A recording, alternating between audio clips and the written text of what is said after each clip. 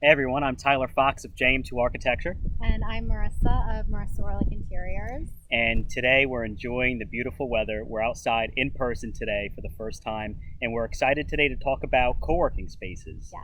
Now, this is something that we've been seeing popping up pretty much everywhere now.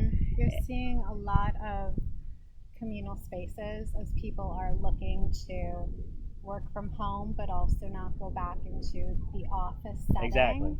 So you're going to see a lot more on Long Island popping up. We've been hearing about them, and they'll be definitely in the new year. Which I think we have been seeing them too. With COVID, it's an opportunity when you have your home office to get out of your home office, right? I mean, that's really the point of having this space. Right.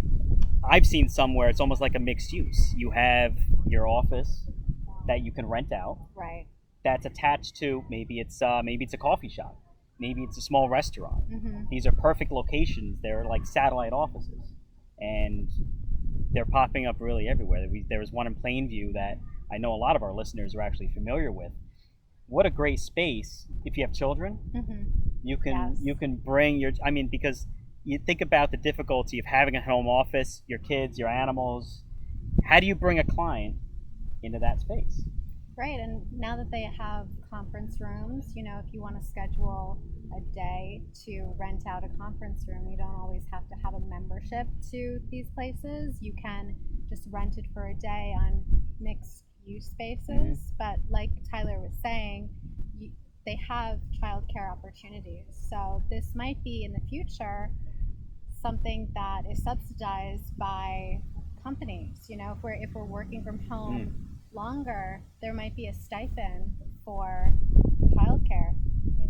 Something to think about. That is a great point. And these spaces not only have personal office spaces, because let's face it, you're in the home how often in the course of a year? Sometimes just to have an office, even if you own your own business and you are just permanently working at home, just to have another space where you can meet with the client. Right. You don't have to worry about what's going on at home. And even just for yourself, if you're just by yourself, just to get away from the house, rent out an office space, be there for the day, however many hours, enjoy lunch while you're there.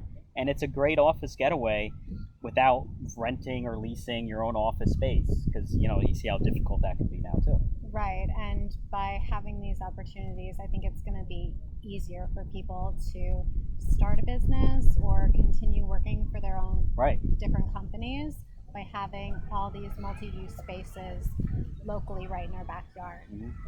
Yeah, so if you see one, let me know what you think. If you've used one, if you're working at home or and you've used one of these office spaces, maybe a conference room to meet with people, let us know what you think. Yes. I mean, we've had opportunities where people are thinking about purchasing a location or a building to design some of these, which is interesting too, because you have almost like a mixed use of a business with a restaurant, with an assembly with children. Right. It's a tough kind of use to think about, because you have the office and then like the rec space also. Yeah. And there's a lot of great opportunities and room for growth. I mean, you're seeing places with podcast rooms being built, so there'll be a lot of trends moving Absolutely. forward. So definitely something new and exciting.